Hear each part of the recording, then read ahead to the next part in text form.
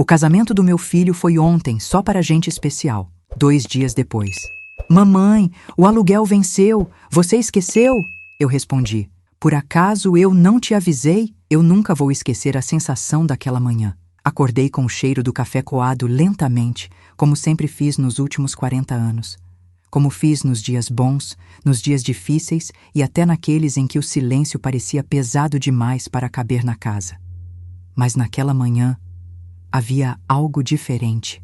Um vazio estranho na mesa. Uma sombra que se formava quieta no canto da sala. E uma pergunta que eu não queria formular, mas que já ardia dentro de mim desde a noite anterior. Por que meu filho se casou? Sem mim. Meu nome é Beatriz, tenho 68 anos e sempre fui uma mulher tranquila. Daquelas que seguram a casa no colo, carregam as memórias no peito e acreditam que família, por mais torta que seja, ainda vale a pena. Mas naquele dia, quando abri o celular e vi a mensagem dele, meu mundo inteiro mudou de cor. Mãe, o casamento foi ontem. Foi só para gente especial. Depois te explico. Eu li e reli aquelas palavras tantas vezes que elas começaram a perder forma. Mas não perderam o peso. Não perderam a dor. Gente especial. E eu não estava lá. Eu que o criei sozinha. Eu, que trabalhei lavando e passando roupas, cozinhando para famílias alheias, enfrentando noites de febre, boletos atrasados, medos intermináveis. Eu, que fui mãe e pai, ombro, chão e teto. Eu não era especial. Eu deveria ter gritado. Eu deveria ter chorado. Mas não.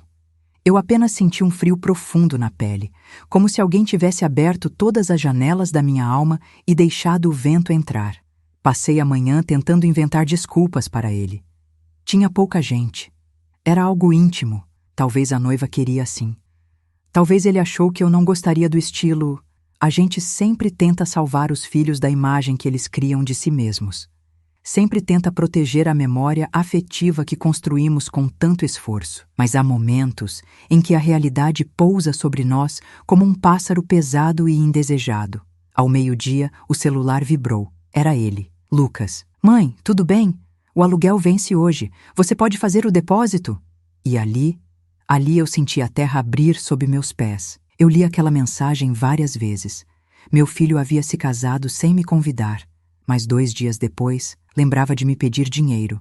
Naquele instante, algo dentro de mim simplesmente acordou. O amor não morreu. Nunca morre. Mas abriu os olhos. Eu respirei fundo. Muito fundo. E respondi. Por acaso eu não te avisei? Eu disse que esse mês eu não poderia ajudar mais. Você lembra, Lucas? Demorei alguns segundos para enviar, mas quando o fiz, senti uma força antiga renascer em mim. A força de mulheres que já choraram demais. A força das que já foram descartadas, esquecidas, usadas, mas nunca derrotadas. Ele demorou menos de 1 minuto para responder. Mãe, sério? Bem hoje. Eu tô cheio de coisa para resolver. Não complica. Não complica. Essas 2 palavras me acertaram como um tapa emocional. Era isso que eu representava para ele agora? Um incômodo? Um entrave? Uma obrigação? Levantei devagar, apoiei as mãos na mesa e fechei os olhos. Eu precisava entender o que tinha acontecido. Precisava compreender como um filho que eu carreguei no peito com tanto amor, de repente me arrancava do dia mais importante da vida dele. Havia algo por trás, algo maior. Algo que não combinava com o menino doce que eu criei. E naquele momento, eu prometi a mim mesma. Eu descobriria. Nem que isso me custasse todas as certezas que ainda restavam. Não era vingança. Era dignidade. Era amor próprio. Aquele amor que a gente aprende tarde demais, mas quando aprende, muda tudo. À tarde, recebi uma foto do casamento. Não enviada por ele, mas por alguém que esteve lá e estranhou minha ausência. A noiva sorria. Os padrinhos sorriram. A família dela inteira estava atrás deles, em fila. Meu filho parecia feliz, mas havia algo naquele sorriso que me deixou inquieta. Não era alegria. Era alívio. Alívio de quê? De quem? E por quê? Olhei a foto novamente e só então percebi. Atrás deles, à direita, em um canto quase fora da imagem, lá estava ela, a mãe da noiva. E no olhar daquela mulher havia algo que eu conhecia bem: controle, posse e uma estranha satisfação. Um arrepio percorreu minhas costas. Eu ainda não sabia, mas aquela mulher seria a razão de tudo virar de cabeça para baixo. E eu estava prestes a descobrir que meu filho não havia apenas se casado, ele havia sido capturado, e que eu, a mulher que ele deixou de fora, seria justamente aquela que revelaria toda a verdade, porque injustiça tem cheiro. E eu, com meus 68 anos, aprendi a reconhecê-lo de longe. Aquela foto permaneceu aberta no meu celular por longos minutos. Não sei explicar exatamente por quê, mas havia algo nela que não me deixava respirar direito. Não era só a ausência do meu rosto no casamento do meu próprio filho. Era a sensação constante, quase física, de que eu estava sendo apagada do quadro, apagada da história, apagada da família dele. Fechei os olhos e deixei o celular sobre a mesa. Em silêncio, pedi a Deus clareza. Não força, não coragem, não vingança, apenas clareza. Porque veja bem, quando uma mulher madura descobre a verdade com clareza, ninguém mais a manipula. Ninguém. No fim da tarde, fui até a casa do meu vizinho, seu Antenor, um homem de 82 anos que viu meu filho crescer. Precisava caminhar um pouco, respirar ar fresco. Quando bati na porta, ele abriu com aquele sorriso gentil de sempre. Dona Beatriz, entra, entra! Tava ouvindo as fofocas da rua agora mesmo. Eu ri, mas com um peso escondido. Pois é, parece que as fofocas chegaram antes de mim. Ele percebeu meu tom. Seus olhos, sempre tão atentos, se estreitaram. É sobre o casamento do Lucas, né? Assenti. E antes que eu pudesse continuar, ele acrescentou. Eu fiquei surpreso de não ter visto a senhora lá. Pensei até que estivesse doente. Aquilo doeu. Aquela frase simples, vinda de alguém sem maldade alguma, fez meu peito estremecer. Eu também fiquei surpresa, seu Antenor. Ele me convidou para sentar. A senhora sabe que eu não gosto de me meter, mas tem coisa estranha aí. Teu menino sempre te tratou com carinho, sempre te respeitou. Isso não combina com ele, não. Respirei fundo. Eu também acho. Por isso preciso descobrir o que está acontecendo. Ele ficou pensativo por alguns segundos, depois disse... Eu vi uma coisa no dia do casamento. Meu corpo inteiro se inclinou para a frente sem que eu percebesse. O quê? Eu estava passando lá perto, na porta do salão.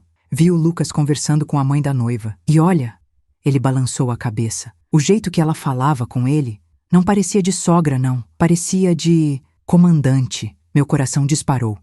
Comandante? Ele levantou as mãos. Não quero dizer nada demais, só que ela falava como quem dá ordem. E ele acatava. Fiquei quieta, mas não estava calma. Aquela mulher, a mãe da noiva, eu a tinha visto apenas uma vez no supermercado, semanas atrás. Ela me cumprimentou como quem aperta a mão de uma funcionária, não de uma sogra. Olhou para mim rápido, medindo minha roupa, meus cabelos, meu jeito, e depois desviou o olhar como quem encontra algo que não combina com a própria sala de estar. Na época, achei apenas antipatia. Agora, parecia aviso. Seu Antenor respirou fundo. Tem mais uma coisa que notei. O Lucas estava com uma postura diferente. Não parecia tão confortável. Você sabe, quando o jovem tenta agradar alguém que impõe respeito demais. Parecia tanto com o meu menino quando chegou da primeira entrevista de emprego, com medo de desapontar alguém. E ao mesmo tempo, tão diferente, porque naquela época ele vinha correndo contar tudo para mim. Agora, eu era a última a saber. Ou pior, eu não era para saber nada. Voltei para casa já com a noite caindo, aquele azul profundo que sempre carrega memórias antigas. Enquanto caminhava, lembrei do dia em que Lucas conheceu a noiva, Sabrina. Ela era educada, sorridente, mas sempre havia nele um brilho estranho quando ela estava por perto, como se esforçasse demais para ser aceito. E algumas pequenas coisas me voltaram à mente. A forma como ela o interrompia quando falava, o jeito como ela ria quando eu comentava algo simples, como se eu fosse ingênua, e principalmente o hábito dela de encostar no braço dele como quem diz, agora você me pertence, e na época, por amor, eu ignorei. Hoje, percebia a bandeira vermelha que ela sempre foi, mas não era Sabrina quem me preocupava mais. Era a mãe dela, a mulher do olhar calculado, a mulher que parecia ter planejado cada passo da filha. A mulher que agora controlava meu filho como se ele fosse uma peça recém-incorporada à coleção particular deles. Quando cheguei em casa, o celular vibrou novamente. Era Lucas. Mãe, falei com a Sabrina. Ela disse que você está fazendo drama. Eu só pedi o aluguel, como sempre fiz. Custa ajudar um pouco? Custa. Essa palavra mexeu comigo. Custa. Como se meu amor fosse medido por depósitos. Como se meu valor fosse o que eu pago. Como se eu existisse apenas para aliviar a vida dele. Respirei fundo e escrevi: Lucas, seu casamento foi 2 dias atrás. Eu sei que você está diferente e quero entender, mas dinheiro não é conversa. Quero você, quero verdade. Ele demorou mais desta vez. Quando a resposta chegou, meu peito apertou. Mãe, não complica. A gente conversa outro dia. Agora estou ocupado. Ocupado com a vida nova, com a família nova, com a hierarquia nova. Fechei o celular devagar. E naquele instante, sozinha na minha sala, com o silêncio da casa inteira ecoando minha própria respiração, eu senti. Não era só afastamento, era controle. Alguém estava conduzindo cada passo dele, cada palavra, cada afastamento. E aquela pessoa não era a noiva, era a mãe dela. E eu, com meus 68 anos e um amor que nunca foi cego, sabia reconhecer quando alguém estava sequestrando o coração do meu filho. Eu só não imaginava que esse sequestro havia começado muito antes do casamento e que eu estava prestes a descobrir algo que não só me feriria, mas mudaria para sempre a forma como eu via meu próprio filho, porque naquela noite, quando o silêncio ficou pesado demais, algo dentro de mim sussurrou: eles estão escondendo alguma coisa, Beatriz, e você precisa descobrir antes que seja tarde demais. E eu descobri. Mas a verdade não veio devagar. Ela veio como tempestade. Naquela noite, quase não dormi. Mas não foi tristeza. Foi alerta. Meu corpo inteiro parecia atento, como se uma parte antiga de mim, aquela que se ativa quando um filho está em perigo, tivesse finalmente acordado. Olhei várias vezes para o teto escuro, enquanto o quieto da casa me engolia. Era estranho. O silêncio naquela madrugada não tinha paz. Tinha aviso. Às 5 da manhã, levantei, preparei café, mas não consegui beber. Segurava a xícara com as 2 mãos e sentia um aperto estranho, um pressentimento que não queria se calar. E então o telefone tocou. Era cedo demais para ser boa notícia. Atendi. Dona Beatriz? Aqui é a Carolina, administradora do prédio onde o Lucas morava antes do casamento. Meu coração acelerou. Sim, o que houve? Ela hesitou. Eu preciso informar a senhora porque seu número está como contato de emergência dele. E nós precisamos resolver uma situação. Situação? Meu estômago apertou. O apartamento foi desocupado às pressas, Dona Beatriz, ontem pela manhã. E há contas pendentes. Por um instante fiquei sem ar. Como assim desocupado às pressas? Ele não me disse nada. Pois é, Carolina suspirou. A mudança foi feita por uma empresa particular. Eles chegaram com autorização assinada pela esposa dele. Também houve uma carta, solicitando a rescisão do contrato. Carta? Repeti, incrédula. Sim, mas a assinatura do Lucas não bateu com as anteriores. Meu corpo gelou. Como assim? Não bateu? Parece diferente. Como se ele estivesse nervoso, ou tivesse assinado sem ler. E então, ela disse algo que mexeu profundamente comigo. A senhora sabe que, legalmente, a única pessoa que poderia tomar decisões sobre o contrato era ele. Mas, claramente, não foi ele quem organizou a mudança. Foi a mãe da esposa. Eu fechei os olhos. Claro, aquela mulher, a mãe da noiva. O fio começou a se puxar sozinho. Carolina continuou. Eu achei justo avisar a senhora porque, na correria, deixaram coisas dele para trás. E são coisas pessoais. Coisas de valor sentimental. Não pareceram importantes para eles, mas talvez sejam para a senhora. Algo em mim se rompeu silenciosamente. Eu vou buscar, respondi, num fio de voz. Estaremos aqui. E sinto muito pelo transtorno.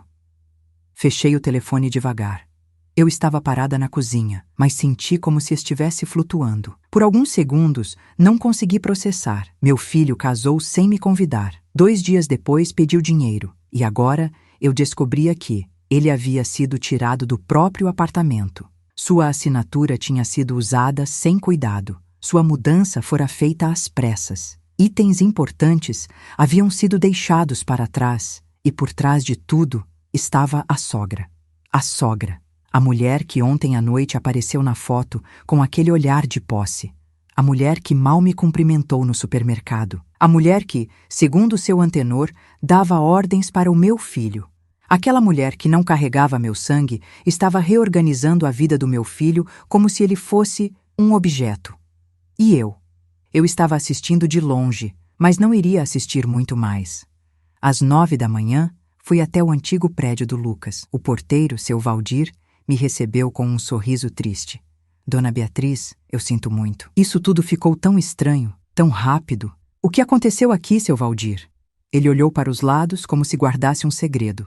Olha, eu não devia falar, mas vou falar porque a senhora merece saber. A sogra dele, aquela senhora elegante. Eu sei qual é, respondi. Ela apareceu aqui 3 vezes essa semana, sempre com cara de quem manda, e sempre dizendo que o Lucas precisava disso, precisava daquilo. Falou com a administradora, com a empresa de mudança, com todo mundo. E o Lucas? Ah, quando veio parecia outro, cabeça baixa, não levantava o olhar, falou pouco, parecia pressionado. Meu coração apertou. Pressionado. Sim, essa era a palavra. E quando eles saíram, continuou Valdir, a sogra disse algo que eu nunca vou esquecer. O quê?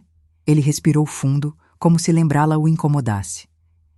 Ela disse, agora ele faz parte da família certa.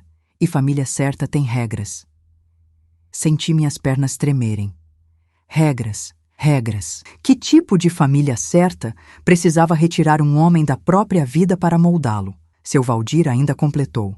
Depois que eles foram embora, encontrei uma caixa com coisas que eu sabia que eram importantes para o Lucas. A administradora guardou para entregar à senhora.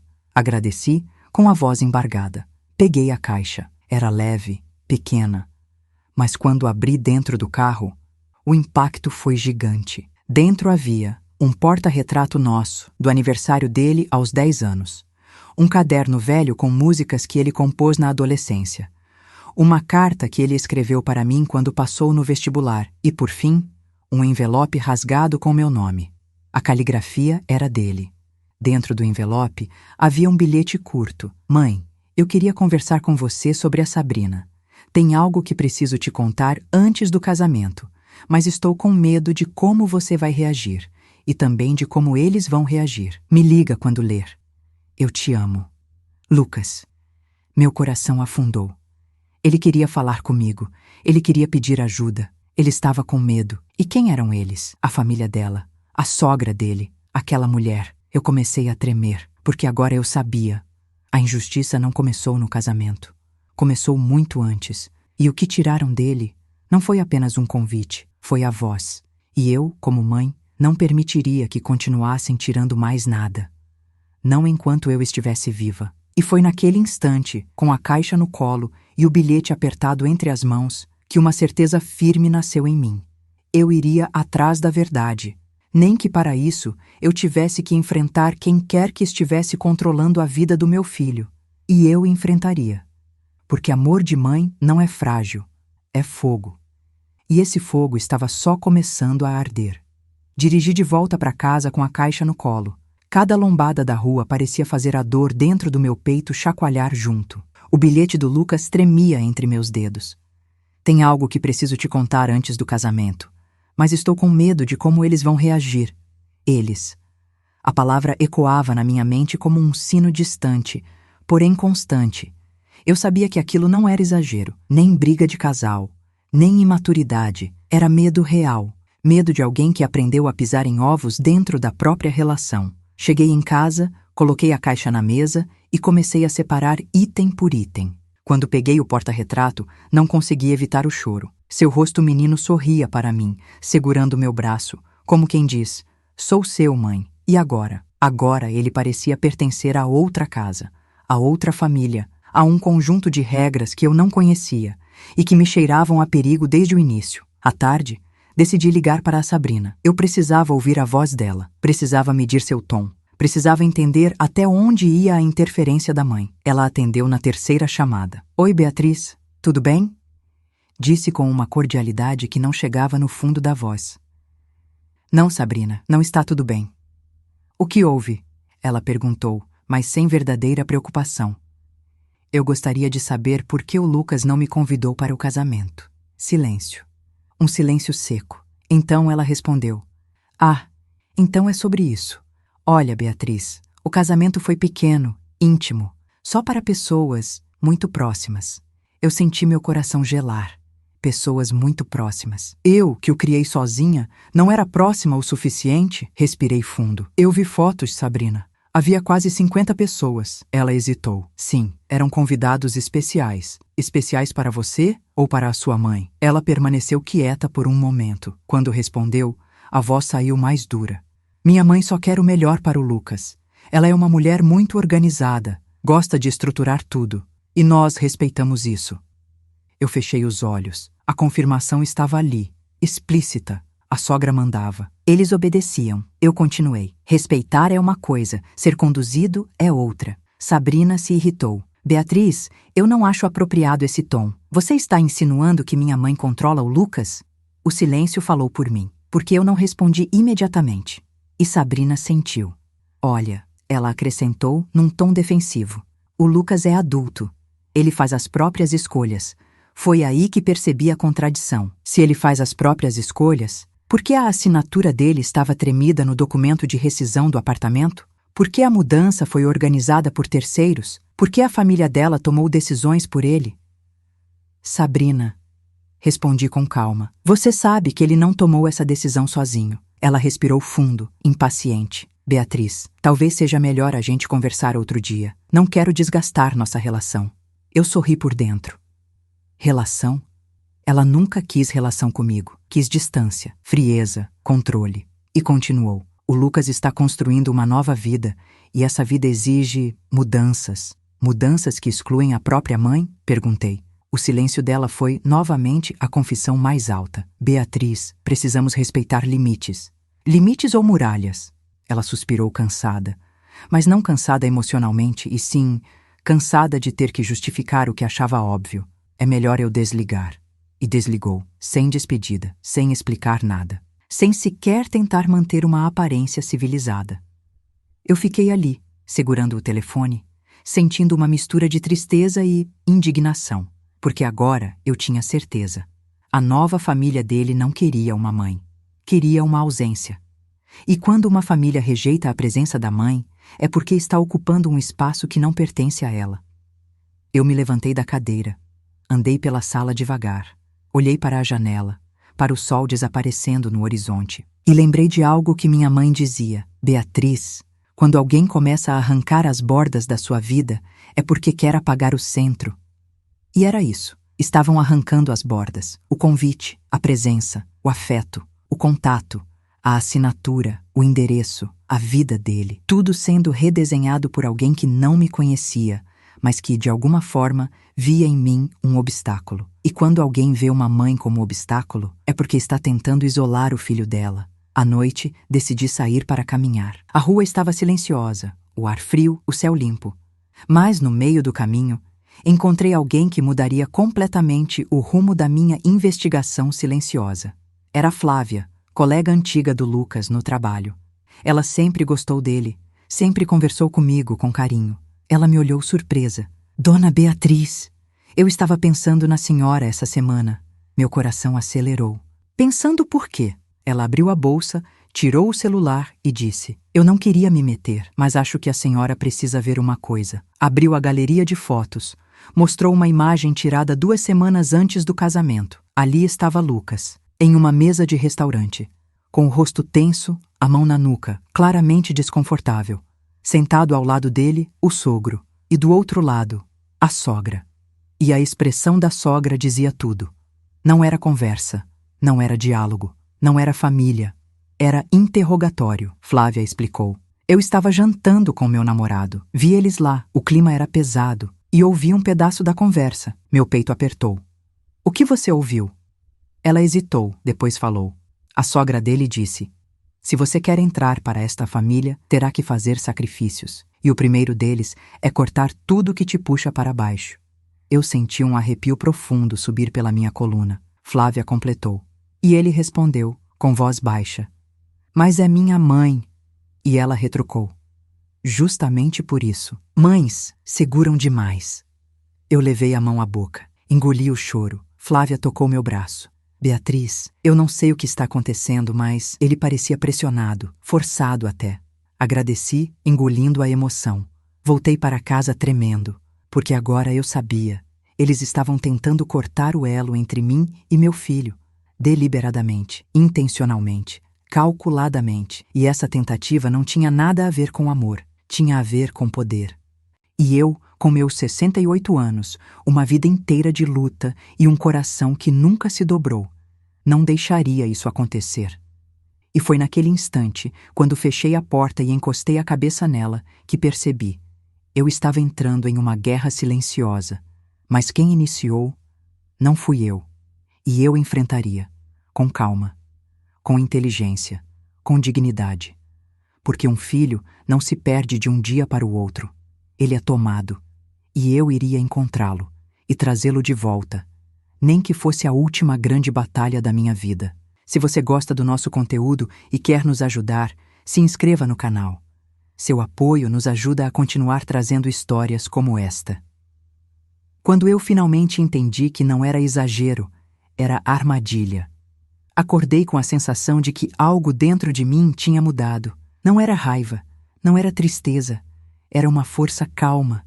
O tipo de força que mulheres maduras descobrem tarde, mas quando descobrem, ninguém tira mais. O bilhete do Lucas estava na mesa. A caixa com as coisas esquecidas estava ao lado. E o sol da manhã caía sobre tudo aquilo como se iluminasse o que antes estava escondido. Peguei o bilhete. Li de novo. Tem algo que preciso te contar, mas estou com medo de como eles vão reagir. Eles. Aquela palavra começou a se repetir na minha mente como um eco persistente, e eu sabia com a certeza que só mães têm, que Lucas estava sendo pressionado, manipulado, isolado. Eu não era mais mãe, eu era um problema para aquela família. E quando alguém tenta transformar uma mãe em problema, é porque quer impedir que ela veja a verdade. Fui até a cozinha, coloquei água para ferver, mas não consegui beber o café. Minha mão tremia levemente ao segurar a xícara. Foi quando meu celular vibrou. Um número desconhecido. Atendi com cautela.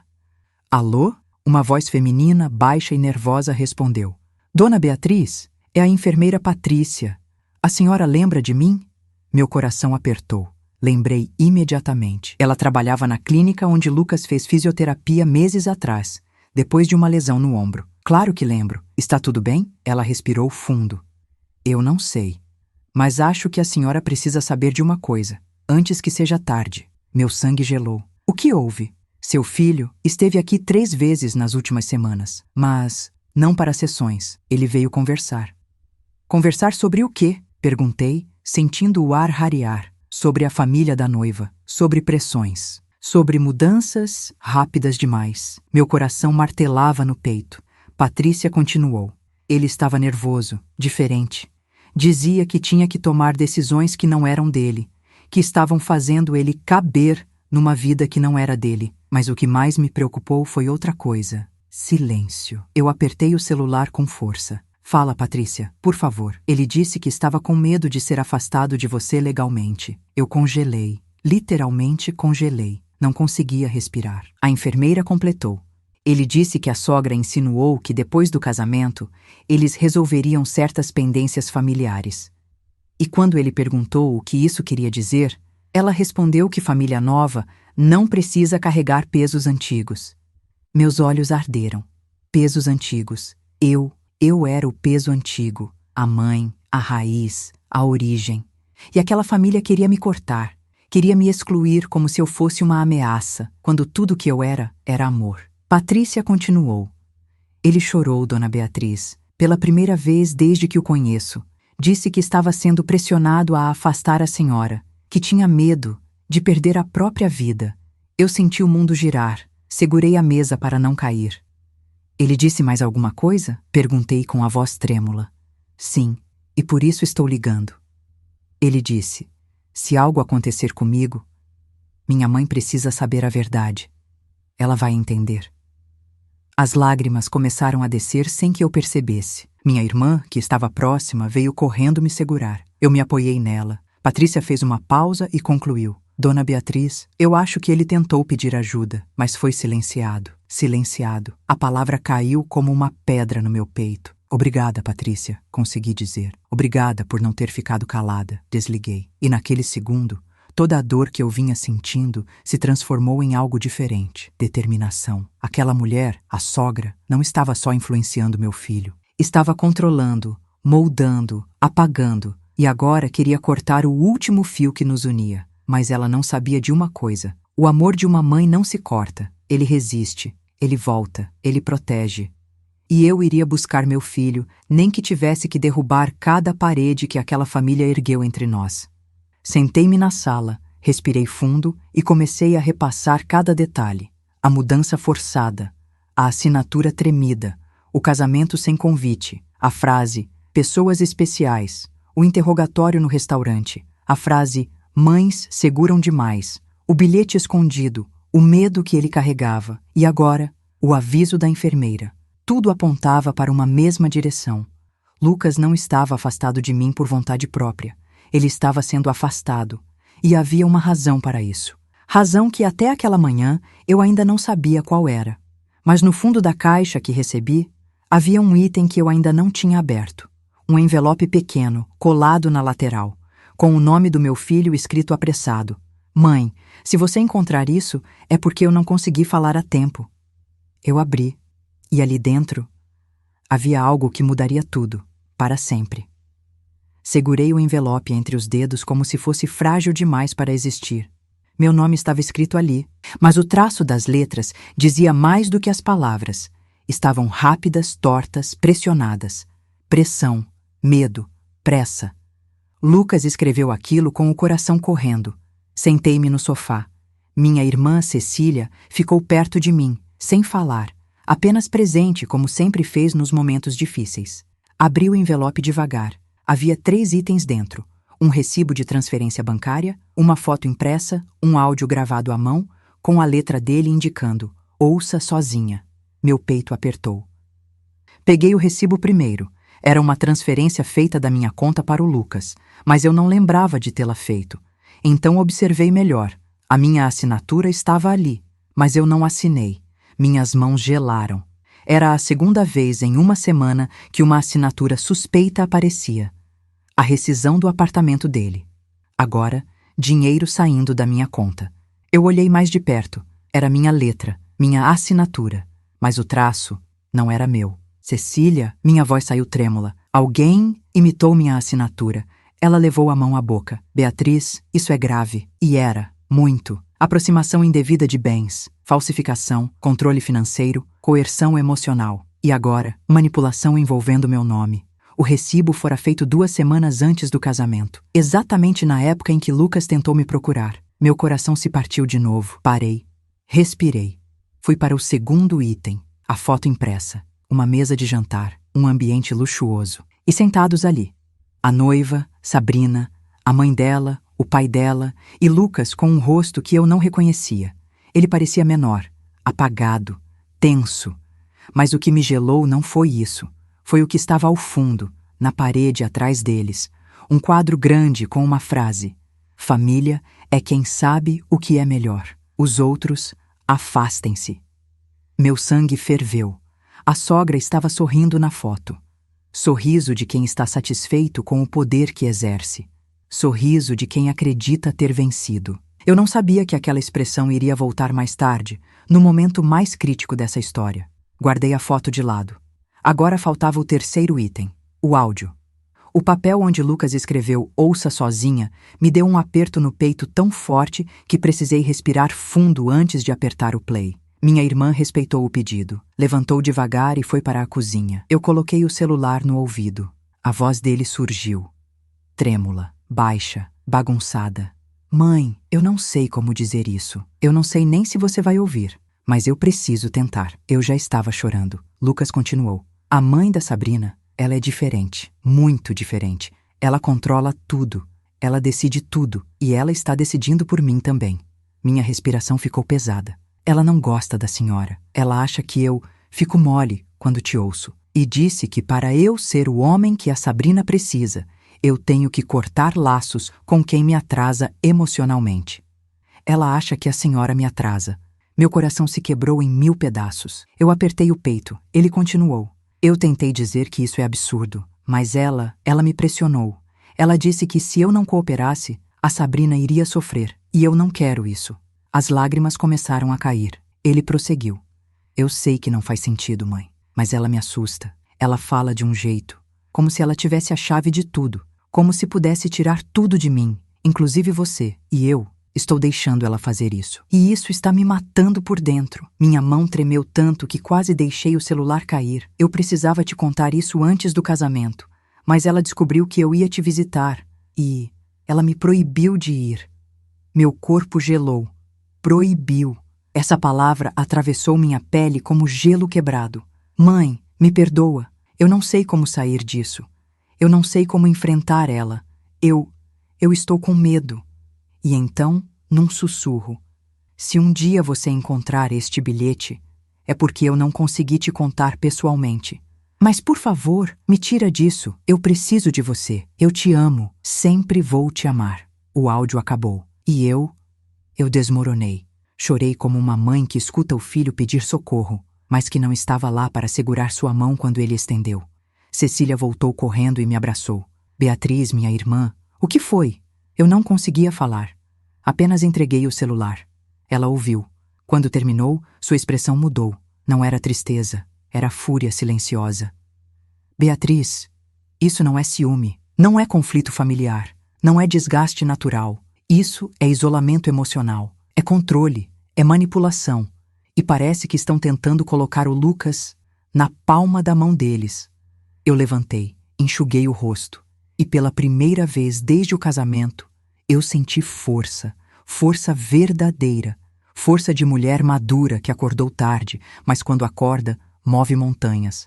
Cecília, disse com voz firme, eles podem achar que me tiraram do casamento, mas não vão me tirar da vida do meu filho.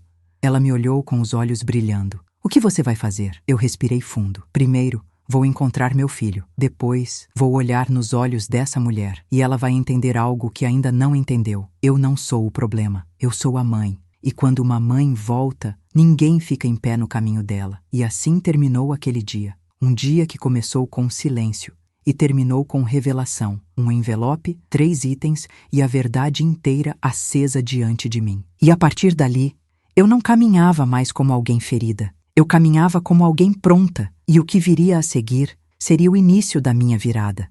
A noite caiu pesada naquele dia, mas diferente das anteriores. Eu não estava mais frágil, nem perdida, nem pedindo explicações que ninguém queria me dar. Eu estava alerta. O áudio do Lucas ainda ecoava dentro de mim. Me tira disso, mãe. Eu preciso de você. Aquilo não era um pedido, era um chamado. E mães, quando são chamadas, atendem. Tomei um banho demorado, vesti uma roupa confortável e sentei na mesa da sala com um caderno à minha frente. Era hora de organizar pensamentos. Algo que aprendi ao longo dos meus 68 anos é que, quando o coração está ferido, a mente precisa estar lúcida. Quando o filho está em perigo, a mãe precisa estar calma. Respirei fundo. Listei, uma por uma, todas as peças do quebra-cabeça. Casamento sem convite, assinatura falsa, mudança às pressas, interferência da sogra, frase, família certa tem regras, interrogatório no restaurante, bilhete escondido, áudio pedindo ajuda, medo explícito, sugestão de afastamento legal. E escrevi uma frase no topo da página. Por quê? Não o quê, não como. Mas por quê? Porque ninguém controla outra pessoa desse jeito sem interesse, sem motivo, sem objetivo. E eu precisava descobrir qual era. Foi então que recebi uma mensagem inesperada. No meu celular, apareceu. Dona Beatriz, aqui é o Rafael, do antigo trabalho do Lucas. Podemos conversar? É importante. Meu coração acelerou. Eu conhecia Rafael. Era colega antigo do meu filho, daqueles que ele sempre admirou. Tranquilo, correto, de bom caráter. Respondi imediatamente. Claro, quando quiser. Ele respondeu. Estou perto da sua casa. Passo aí? Assenti. E 10 minutos depois, ele estava batendo na minha porta. Rafael entrou com um rosto preocupado. Senti que ele havia ensaiado cada palavra antes de vir. Senti também que ele carregava algo pesado, coisa que precisava sair. Sente-se, meu filho, eu disse. Ele respirou fundo, sentou e ficou olhando para as próprias mãos. Dona Beatriz, eu demorei para vir porque não queria me meter, mas agora acho que é necessário. Meu peito apertou. Fala, Rafael, o que você sabe? Ele balançou a cabeça. O Lucas não está bem. Faz tempo. Meu estômago virou. Quanto tempo? Uns 3 meses, talvez mais. 3 meses. Exatamente o período anterior ao casamento. Rafael continuou. Ele começou a faltar no trabalho. Não ele inteiro, mas a metade dele que sempre foi luz, sabe? O Lucas era alegre, curioso, mas ultimamente estava apagado. Meus olhos encheram de lágrimas. Rafael prosseguiu. E sempre que a sogra ligava, ele saía correndo, pedia desculpa, largava tudo. Eu via o medo na expressão dele. Medo. A palavra voltava como uma martelada. Mas o pior, disse Rafael, foi 2 semanas antes do casamento. Meu corpo gelou. O que houve? Ele me olhou fundo nos olhos. A mãe da Sabrina foi até o trabalho. Entrou na sala de reuniões com um autoritarismo que eu nunca vi. Eu estava lá. E ela disse, na frente de todos, que estava alinhando a agenda dele. Eu segurei a mesa para não cair. Rafael continuou. Depois ela o levou para fora. Eles conversaram. E eu juro. Ele voltou pálido, como quem recebe uma sentença. Meus olhos se encheram de brilho. Rafael, o que ela disse? Ele respirou fundo. O único trecho que ouvi foi quando ela disse: se você continuar dando ouvido para a sua mãe, isso vai atrapalhar tudo. Você sabe o que está em jogo. Não nos decepcione. Meus dedos gelaram. Eu já estava preparada para chorar outra vez, mas dessa vez não chorei. Eu senti fúria calma. Aquela fúria que só mulheres serenas conhecem. Aquela força que sobe lenta, firme, consciente. Rafael tocou meu braço. Dona Beatriz, eu nunca vi alguém manipular outro ser humano daquele jeito. Não era pedido, não era sugestão, não era opinião. Era ordem, e ele obedecia. Como quem tem algo a perder. Algo a perder? Perguntei, com o coração acelerado. Sim, respondeu Rafael. E grande. Eu me inclinei para a frente. Rafael, o que estava em jogo? Ele hesitou. Respirou fundo, olhou nos meus olhos e confessou.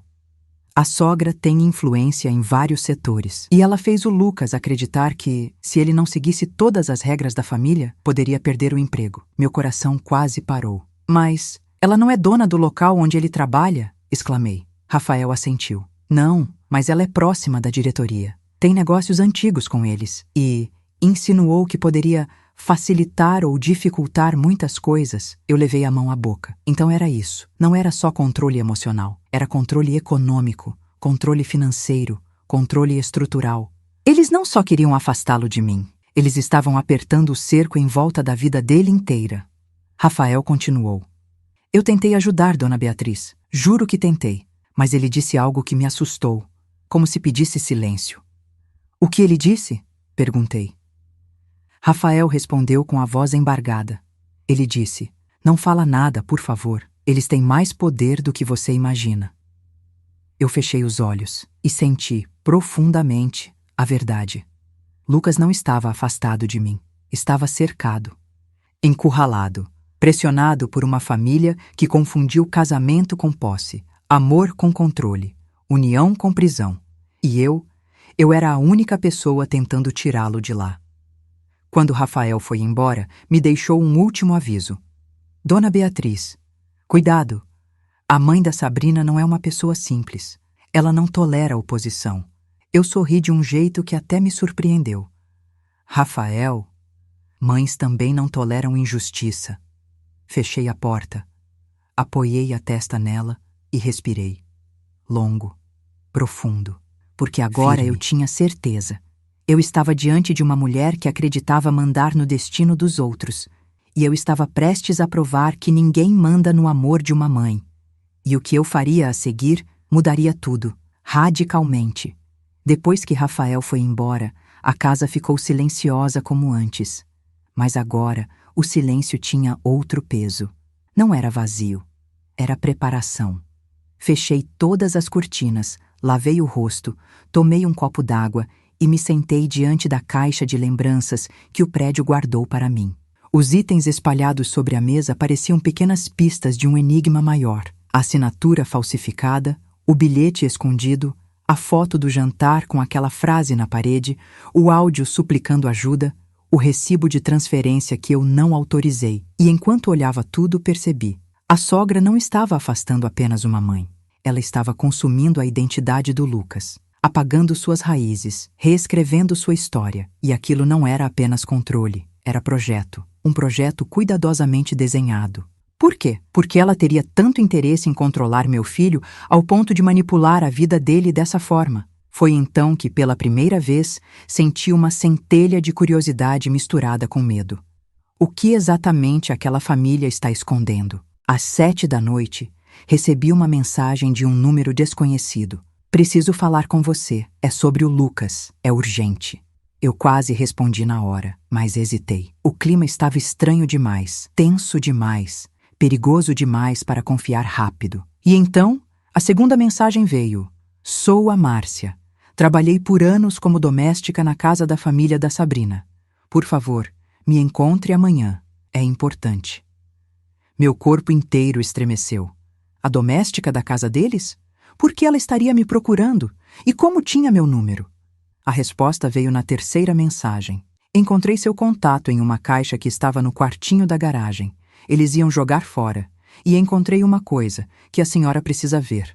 Meu estômago virou. Naquele instante, entendi duas coisas. A família da noiva não apenas controlava, eles escondiam coisas. E talvez essas coisas fossem sobre mim, ou sobre o Lucas, ou sobre algo que ele nunca soube. Respirei fundo e respondi. Onde podemos nos encontrar? Ela disse. Na praça perto da antiga escola do Lucas. Amanhã, sozinhas. Meu coração bateu forte. Eu ia, sem dúvida nenhuma. Mas antes que eu pudesse guardar o celular, outra mensagem chegou. Desta vez, do Lucas. Mãe, por favor, não apareça na casa da Sabrina. Não faça isso. Meu coração apertou. Ele estava com medo. Ainda com medo. Eu respirei fundo antes de responder. Lucas, eu só quero te ajudar. Não vou te expor. Não vou brigar com ninguém. Só quero você seguro e feliz. Ele demorou. Demorou tanto que achei que não responderia, mas respondeu. E a mensagem dele me doeu mais do que qualquer coisa até agora. Mãe, eu não posso te perder. Mas eles disseram que, se você se meter, tudo pode ficar pior. Minhas mãos tremeram, porque agora estava claro. Eles estavam usando meu amor como ferramenta de controle contra ele.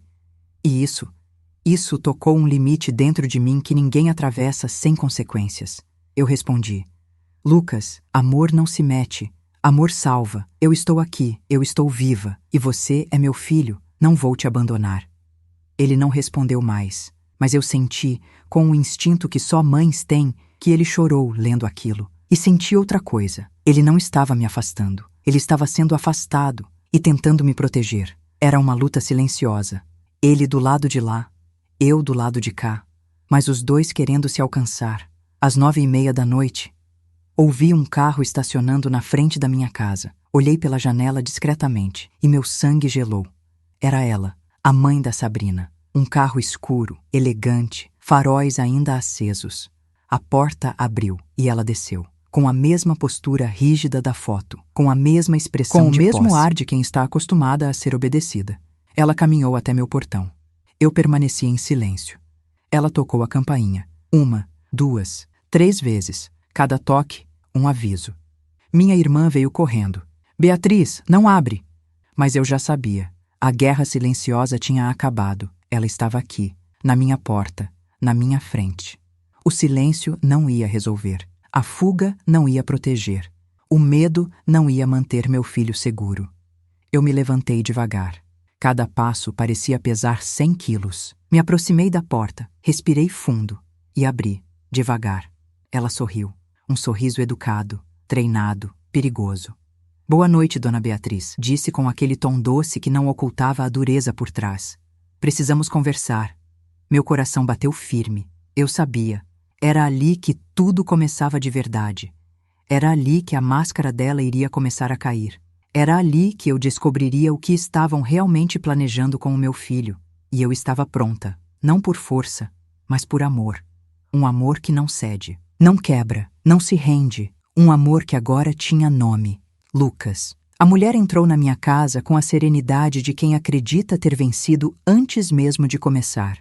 Seus passos eram lentos, medidos, quase ensaiados.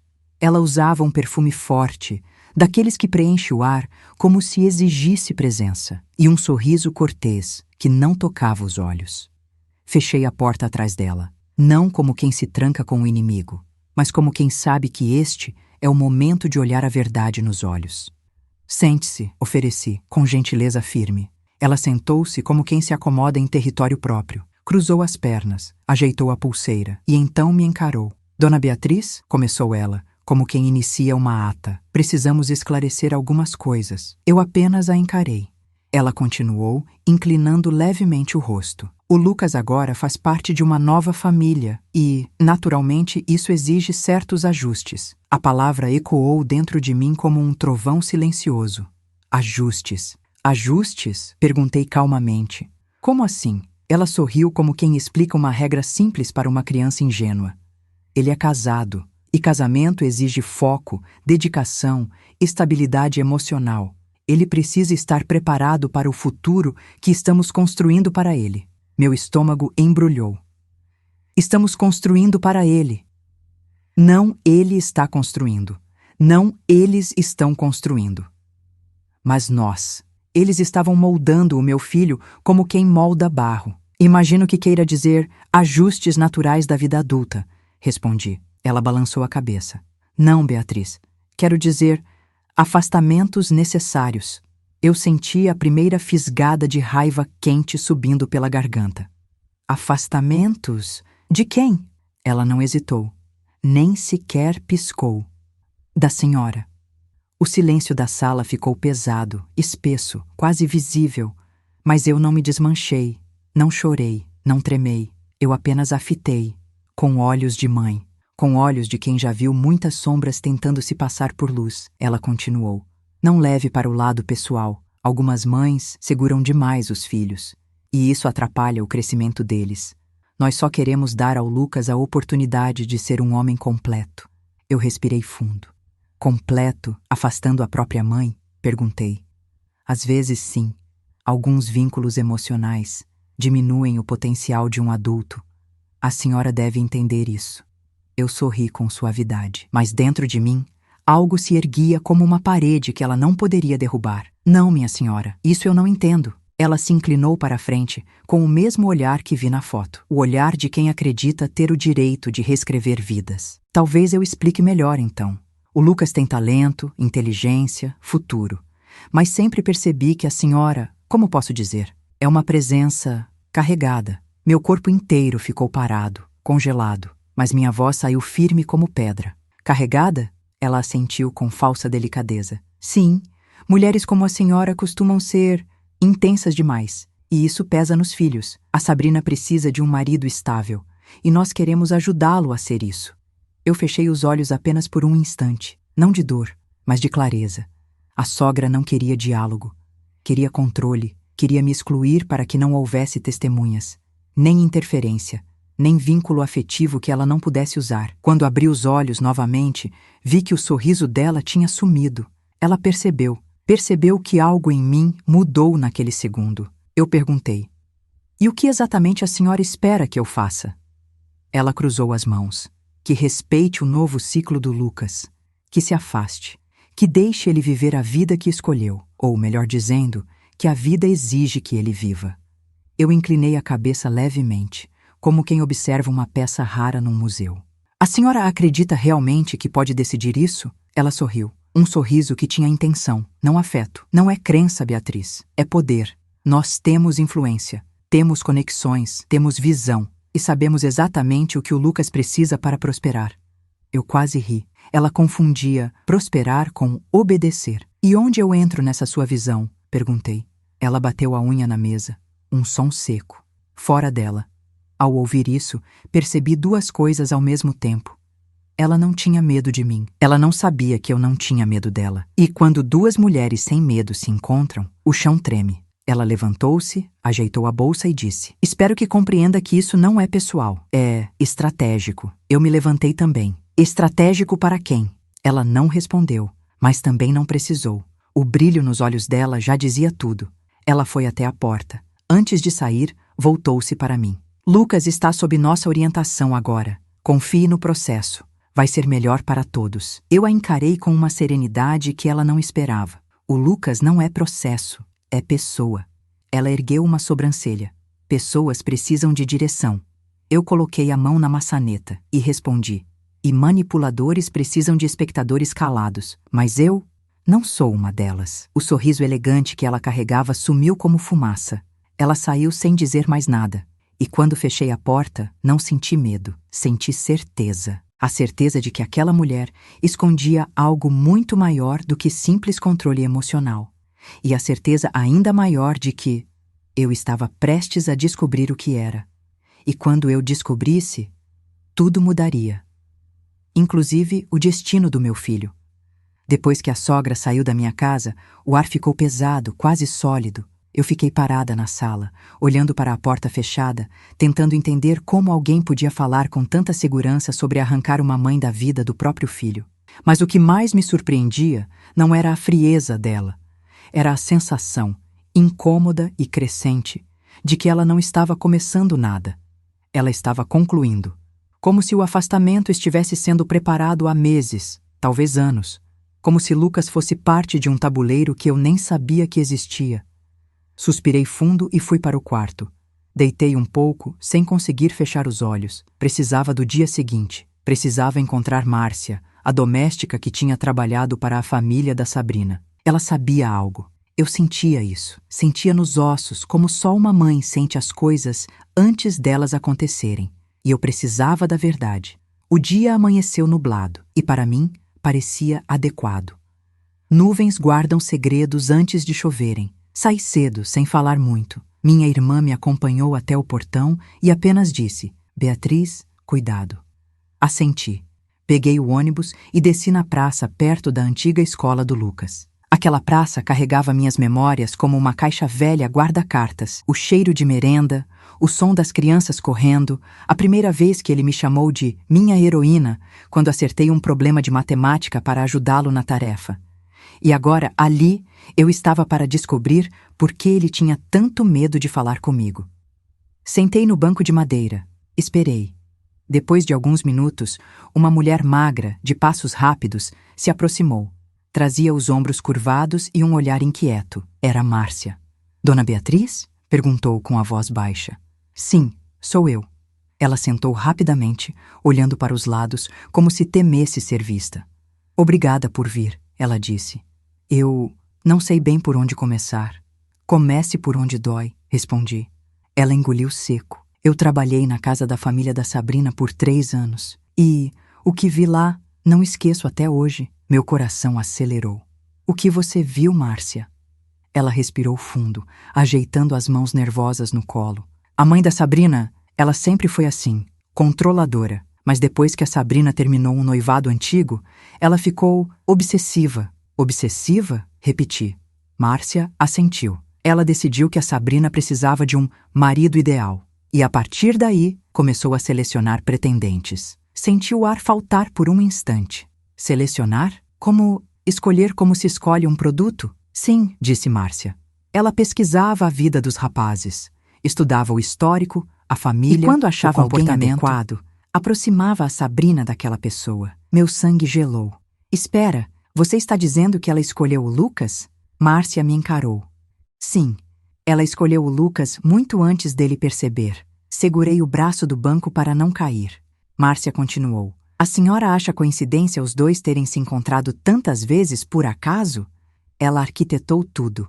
Até a vaga que a Sabrina conseguiu no trabalho dele foi por intermédio da mãe. Eu senti um arrepio profundo. Meu Deus, murmurei. E tem mais, disse Márcia, ainda mais nervosa. Ela sempre dizia que o Lucas tinha o perfil perfeito, educado, emocionalmente sensível, carente de apoio familiar. Alguém fácil de orientar. A palavra orientar me atravessou. Era exatamente o que ela havia dito na minha sala. E Márcia continuou. Mas depois que a Sabrina contou que o Lucas era muito ligado à senhora, a sogra decidiu agir rápido. Disse que precisava cortar influências que atrapalham o foco. Era como ouvir um eco. A mesma frase, o mesmo pensamento. Márcia olhou ao redor novamente. Eles são assim, Dona Beatriz. É uma família que acredita que quem entra precisa romper com o passado, pelo menos com o que eles consideram fragilidade emocional. Eu fechei os olhos. E na visão dela, eu era a fragilidade. Márcia tocou meu braço. Não, Dona Beatriz. A senhora era a única força que ele tinha, por isso ela quis afastar.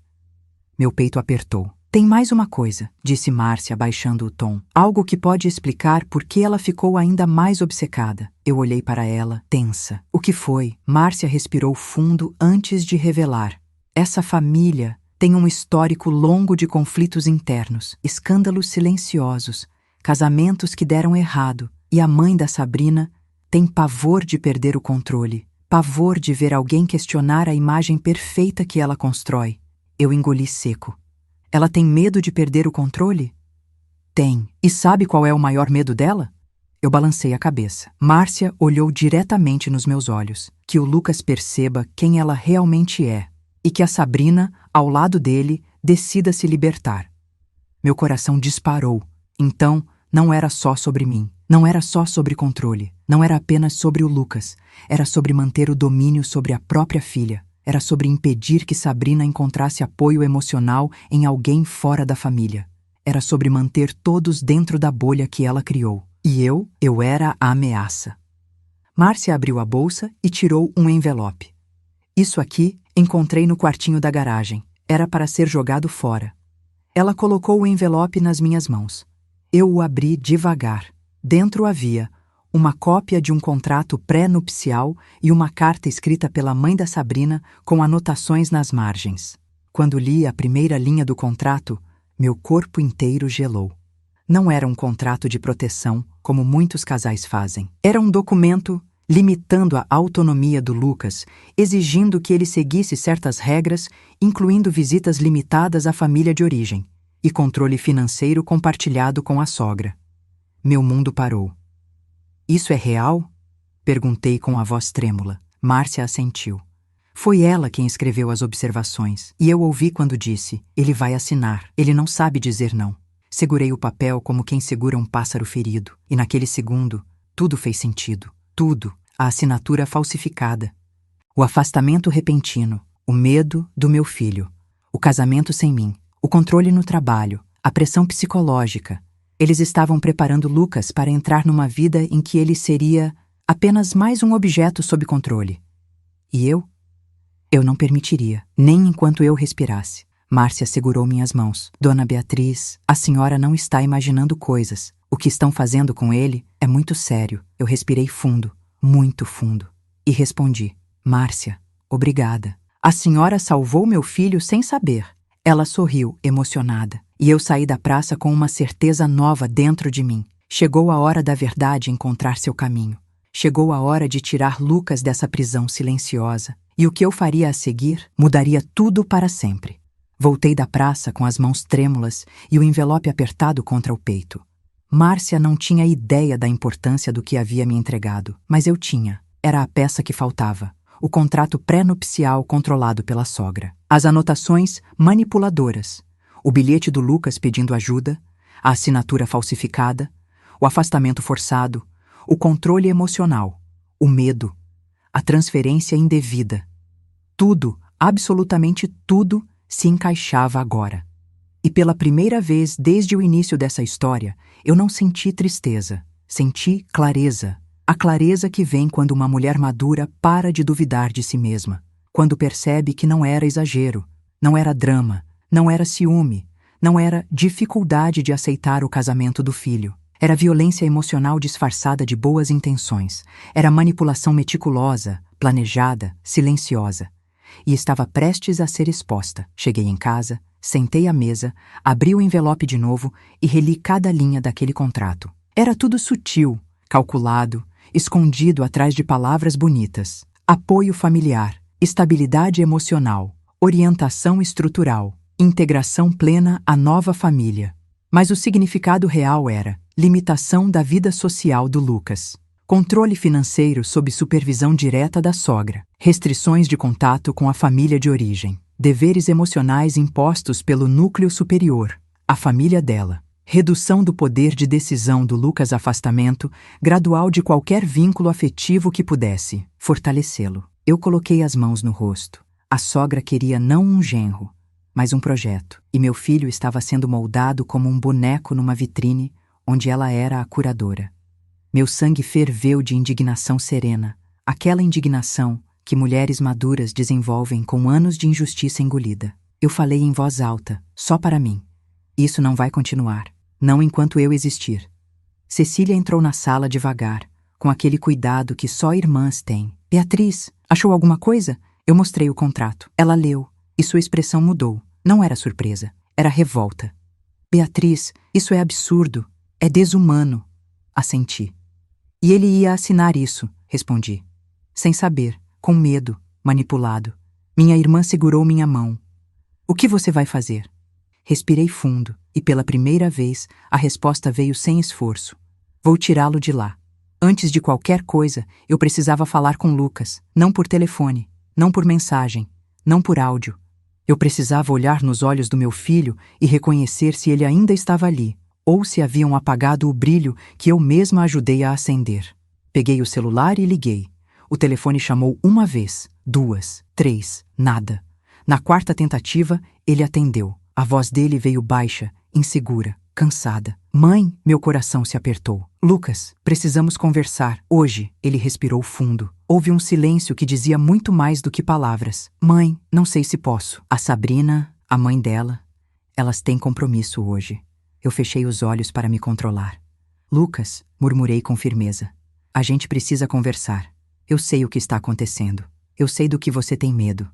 Ele ficou quieto, muito quieto. Então, com a voz quebrada, ele disse: Mãe, você não deveria ter falado com ninguém. Se elas souberem, eu engoli a dor. Lucas, elas não são donas da sua vida. Ele respirou fundo. Mãe, por favor, não me complica. Eu não quero que ninguém brigue. Ele parou. A voz tremeu. Eu não quero perder você. Aquela frase me atingiu como uma flecha. Eu respirei fundo para não desmoronar. Você não vai perder, Lucas. Sou eu que estou tentando te salvar. E vou te pedir só uma coisa. Um silêncio longo se estendeu. O quê, mãe? Me encontre amanhã. Sozinho, no mesmo lugar onde você ia brincar quando era pequeno, a pracinha do Portão Azul, às 3 da tarde. Ele demorou para responder. Parecia respirar rápido, como quem luta entre medo e desejo de coragem. Tá, eu vou. Meu coração quase parou. Promete? Prometo, mãe. Eu senti meus olhos encherem de lágrimas, mas não derramei nenhuma. Seria só depois, quando tudo acabasse, quando meu filho estivesse livre. Desliguei e fiquei parada por alguns segundos, sentindo minhas mãos tremerem levemente. Cecília entrou novamente. Ele vai? Assenti. Vai. E agora? Respirei fundo. Agora vou preparar o que preciso. O que vai levar, Beatriz? Eu a encarei com serenidade. A verdade. E provas. E tudo que eles tentaram esconder. Ela sorriu, orgulhosa. Você sempre foi forte, Beatriz. Eu olhei para o envelope, para os documentos, para o bilhete, para o áudio, para tudo o que reconstruí. Não, Cecília. Eu não sou forte. Eu sou mãe. E isso é mais do que força. Ela me abraçou, e eu deixei o abraço durar, porque eu sabia. Amanhã seria o dia que mudaria tudo. Meu filho ia me encontrar. Eu ia abrir tudo. E a sogra? A sogra ia entender que quando uma mãe levanta para proteger o filho, ninguém, absolutamente ninguém, fica em pé no caminho dela. O dia seguinte amanheceu com um céu que parecia mais leve do que eu sentia por dentro. Mas o ar tinha algo diferente. Tinha cheiro de decisão, de mudança, de fim de ciclo. Passei a manhã inteira organizando tudo sobre a mesa. O contrato pré-nupcial, a carta com anotações da sogra, a assinatura falsificada, o recibo da transferência, a foto do jantar, o bilhete do Lucas, o áudio pedindo ajuda. Cada item era uma prova. Cada item contava uma parte da história que tentaram apagar. Às 2 da tarde, coloquei tudo dentro de uma pasta. Respirei fundo, me olhei no espelho. E pela primeira vez em muito tempo, vi uma mulher pronta, uma mulher inteira, uma mãe que se recusava a ser arrancada da vida do filho. Cheguei na pracinha do Portão Azul 10 minutos antes da hora combinada. Sentei no banco de sempre. E então, o vi chegando. Meu Lucas. Mas não o Lucas que casou sem me chamar. Não o Lucas apagado da foto. Não o Lucas que atendeu minhas ligações com medo. Era o meu filho. O menino que cresceu comigo. O jovem que correu para meus braços quando passou na faculdade. O homem que dizia que eu era sua casa. Mas agora, ele vinha com o rosto marcado por noites sem dormir. Quando nos encontramos, foi ele quem chorou primeiro. Mãe, o abraço que demos. Não foi abraço. Foi reencontro, foi resgate, foi renascimento. Ele chorou no meu ombro como não fazia desde os 12 anos. Desculpa, mãe, eu não consegui, eu não sabia como. Eu segurei seu rosto com as 2 mãos. Lucas, respira. Eu sei o que fizeram com você. Ele me olhou, desesperado. Sabe, eu tirei a pasta da bolsa. E você vai saber também. Sei. Sentamos no banco. E eu fui mostrando tudo, ponto por ponto. Primeiro, o recibo. Ele ficou em choque. Isso saiu da sua conta? Mas eu nunca pedi isso. Depois, a assinatura falsa. Ele arregalou os olhos. Mãe, isso não é sua letra. Isso é crime. Mostrei então a foto do jantar. A frase na parede. A expressão da sogra. Ele baixou a cabeça. Eu lembro desse dia. Ela disse que eu estava sendo treinado emocionalmente. Meu coração ardeu. Então tirei o contrato pré-nupcial. Abri na frente dele. A reação do Lucas foi devastadora. Ele levou as mãos à cabeça. Mãe, eles esconderam isso de mim. Disseram que era só um documentinho de proteção. Eu virei as anotações da sogra. Ele empalideceu. Isso não fui eu que concordei. Eu nunca assinaria isso. Me aproximei dele. Falei com toda a suavidade que a dor me permitia. Lucas, isso não é amor. Isso é controle. É manipulação. É apagar quem você é. Ele começou a chorar de novo. Mãe, eu achei que era coisa da minha cabeça. Achei que era drama. Achei que eu era fraco. Eu o segurei firme.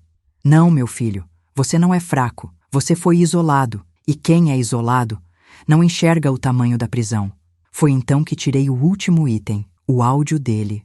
Quando a própria voz dele começou a tocar, ele ficou imóvel, como se tivesse encontrado a si mesmo pela primeira vez em meses. Quando o áudio terminou, ele chorou em silêncio. Choro contido, profundo, de quem finalmente entende o que vive. Mãe, você me salvou. Eu estava preso e nem sabia. Eu toquei seu rosto. Lucas, você não está sozinho. Nunca esteve e nunca estará. No instante seguinte, ouvimos passos. Eu sabia quem era antes de virar a cabeça. A sogra, com Sabrina atrás dela. As 2 tinham expressões diferentes. A sogra, irritação contida.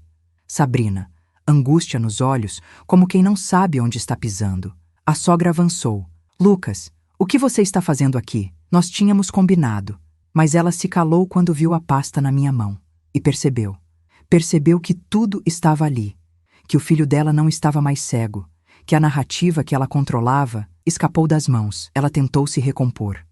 Lucas, vamos para casa. Isso é conversa de família, de adultos. Isso não te diz respeito. Lucas se levantou devagar. Era outro homem. Diz respeito, sim. Diz respeito à minha vida e à minha mãe. A sogra riu. Um riso nervoso, fino. A sua mãe está tirando tudo do contexto. Ela sempre foi emocionalmente... Lucas ergueu a mão. Pare. Foi a primeira vez que ele disse pare para ela. E ela empalideceu. Ele continuou. Eu ouvi minha própria voz pedindo socorro. Eu li o contrato. Eu vi o recibo. Eu ouvi o que você disse no trabalho. Eu lembrei do dia do interrogatório. Sabrina tapou a boca, chocada. Mãe, isso é verdade? A sogra tentou desviar, mas Lucas não permitiu. Você tentou me afastar da pessoa que mais me amou na vida. Tentou me isolar. Tentou me controlar. Tentou me usar. A sogra endureceu o rosto. Exagerei, talvez, mas foi para o seu bem. Eu dei um passo à frente. O bem que precisa destruir alguém não é bem. Silêncio. Um silêncio tão forte que parecia doer. Sabrina começou a chorar. Mãe, você fez isso com ele? A sogra não respondeu. E às vezes, o silêncio é a confissão mais alta. Lucas então disse as palavras que encerraram tudo. Eu não volto para aquela casa. Não sob sua supervisão, não sob suas regras, não sob controle algum. A sogra ficou sem ar. Você vai escolher ela? Lucas pegou minha mão. Não estou escolhendo entre 2 pessoas. Estou escolhendo entre amor e prisão. Sabrina caiu em prantos.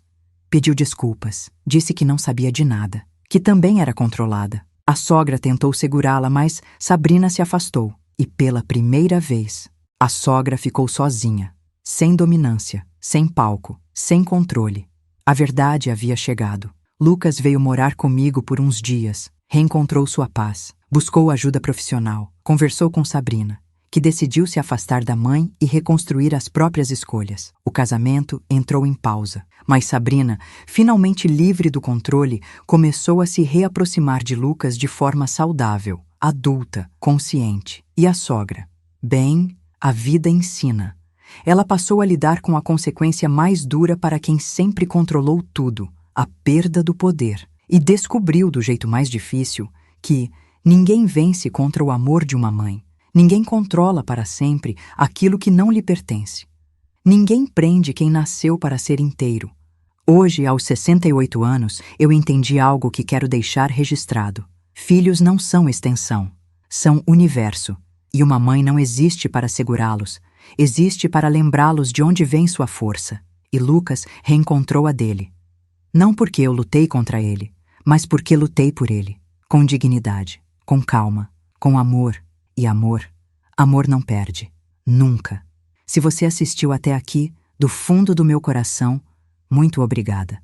Obrigada por dedicar seu tempo, por sentir comigo, por caminhar até o fim desta história. E se você quiser continuar nos ajudando a trazer histórias profundas, emocionantes e transformadoras como esta, se inscreva no canal. Seu apoio faz toda a diferença para continuarmos compartilhando narrativas que tocam o coração. Obrigada. E até a próxima história.